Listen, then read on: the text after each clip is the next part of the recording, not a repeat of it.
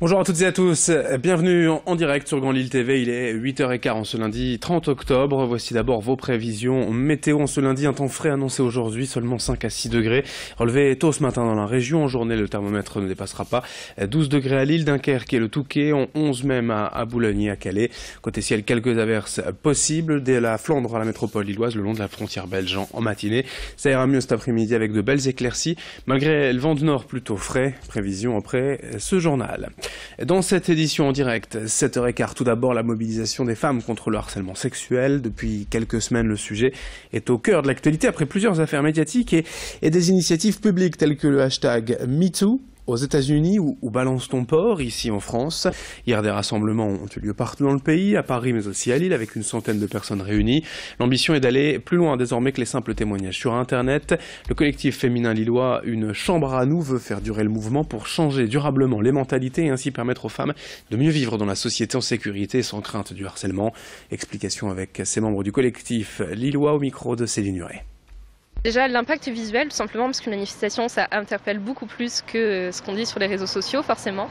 Ça permet de montrer que ce sont des femmes réelles, que c'est pas uniquement un problème virtuel, que c'est vraiment la réalité. Et c'est continuer vraiment là-dessus, de montrer que ça existe, que ça concerne vraiment des gens. Qui se mettent en place, il y a beaucoup de choses possibles. On veut surtout pour l'instant que ça continue, qu'il y ait une longévité avec le hashtag MeToo, qui a quand même permis beaucoup de visibilité et qui a eu des retombées vraiment très très positives. Donc ce qu'on souhaite c'est en priorité ça, continuer sur la longévité et après les propositions, ça, c'est à réfléchir sur le long terme, c'est pas uniquement dans les médias. Actualité sociale aussi dans la région avec la mobilisation du personnel hospitalier à Boulogne, au centre hospitalier du Chêne. Depuis jeudi, le syndicat CGT occupe le hall d'entrée pour faire signer une pétition aux patients et aux visiteurs. En cause, la perte annoncée de 40 à 45 postes dans les prochains mois, ce qui pourrait faire économiser 1 600 000 € à l'hôpital selon la CGT. Mais pour les médecins, infirmiers, aides-soignants et agents de l'hôpital, ces postes en moins alourdiraient encore davantage leur charge de travail et réduiraient également leur la qualité des soins apportés aux patients. Les négociations ont démarré entre la direction et le syndicat. Écoutez Frédéric Bourgoin, secrétaire général CGT Santé à Boulogne, au micro de Corentin Escaillé. On va attendre une quinzaine de jours pour que les propositions qui ont été faites soient mises sur papier, voir comment ça va être. Alors on a une chance, c'est que les médecins sont quand même derrière nous. Donc oui, cette colère-là est avec les médecins aussi. Les patients, on a fait faire une pétition hier devant le centre hospitalier et je vais dire la population boulonnaise, parce qu'il n'y avait pas que des patients, il y avait aussi des visites. La population boulonnaise est derrière nous en disant que c'est inadmissible de faire des économies sur du soin. Et les patients forcément qui sont derrière pour aussi la qualité de la prise en charge. Dans le reste de cette édition est également le grand angle de la rédaction pour mieux comprendre la pénurie de beurre actuellement dans les supermarchés français. L'occasion rêvée pour les petits producteurs locaux de vendre en direct leur beurre, exemple ici à Wagny où s'est rendu Vincent Vieillard. Beurre en vente ici, une annonce qui peut faire pâlir d'envie certains supermarchés en ce moment. Il est de plus en plus difficile d'en trouver dans les grandes surfaces, alors que le lait, lui, ne manque pas. Il y a une pénurie de beurre parce qu'en fait il faut 22 litres de lait pour faire 1 kilo de beurre. Donc le lait écrémé pèse un peu sur le marché malgré tout. Et puis il y a eu de la surproduction ces dernières années à cause des quotas laitiers qui ont été supprimés. Une pénurie qui touche aussi le Nord-Pas-de-Calais, pourtant premier producteur français de beurre devant la Normandie.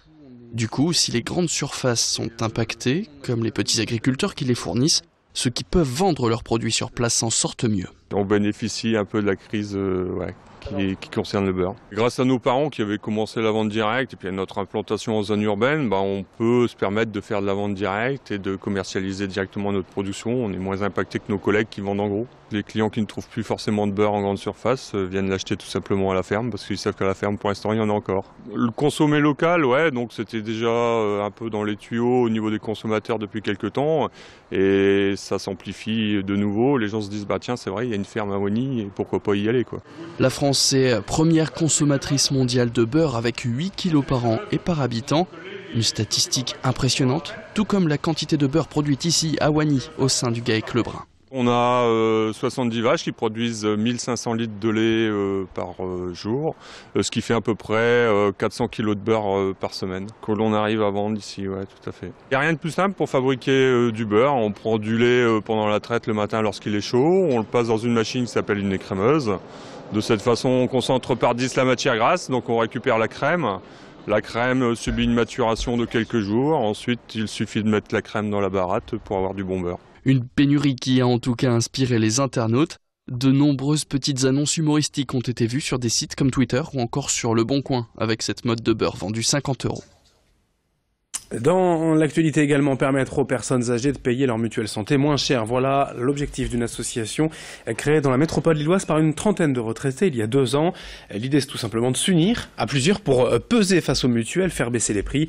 Un courtier spécialisé est même sollicité pour négocier et sélectionner le contrat le plus compétitif. Baptisée Assurance et Solidarité, cette association fait régulièrement le tour des maisons de retraite pour présenter le programme. Car il n'est pas si facile de convaincre les personnes âgées de changer de mutuelle. Souvent, elles sont habituées au même assureur depuis plusieurs années et peuvent avoir peur de la démarche. Explication au micro de Xavier Silly. Tout le monde peut être accueilli sur le contrat. Il est spécifique pour les retraités, mais de plus en plus, on commence à accueillir des demandeurs d'emploi, toutes les personnes finalement qui ne sont pas couvertes par un contrat d'entreprise pour leur complémentaire santé. C'est-à-dire que même moi, je peux faire appel à vous? Oui, bien sûr. On a construit pour l'année 2018 sur toutes les tranches d'âge. Ça commence à 25 ans, enfin à moins de 25 ans. Donc un étudiant peut rejoindre le contrat et tout le monde peut venir sur ce contrat. Il est ouvert désormais à tous ceux qui ne peuvent pas bénéficier, comme je l'ai dit, d'une complémentaire d'entreprise. On termine avec la page des résultats sportifs du week-end. D'abord en football, 6e défaite en 10 matchs cette saison pour le LOSC. Hier à domicile face à Marseille, les Lillois ont été battus 1-0 et restent avant-dernier du classement. En basket, en Pro A, le SSM s'est imposé 75-62 face à hier Toulon. Le BCM a battu Antibes 79-66. En Pro B, 3e victoire en 3 matchs pour les Lillois du LMBC face à Poitiers. C'était à domicile vendredi, 78-68. En revanche, défaite en Ligue féminine pour le SBVA. Villeneuve d'Ascq battu à Bourges, 62-43. En volleyball en Ligue A, 2e défaite de la saison en 3 matchs pour le TLM Tourcoing. La 2e donc face à Poitiers, 3-7-2. Et puis la ronde des sables ce week-end à Lone Plage, victoire hier de l'anglais Nathan Watson, déjà vainqueur il y a 2 semaines au beach cross à Berck. Voilà un sérieux prétendant pour l'Enduropal cette année. Lundi 30 octobre, 7h22 en direct sur Grand Lille TV. Dans un instant à suivre vos prévisions météo.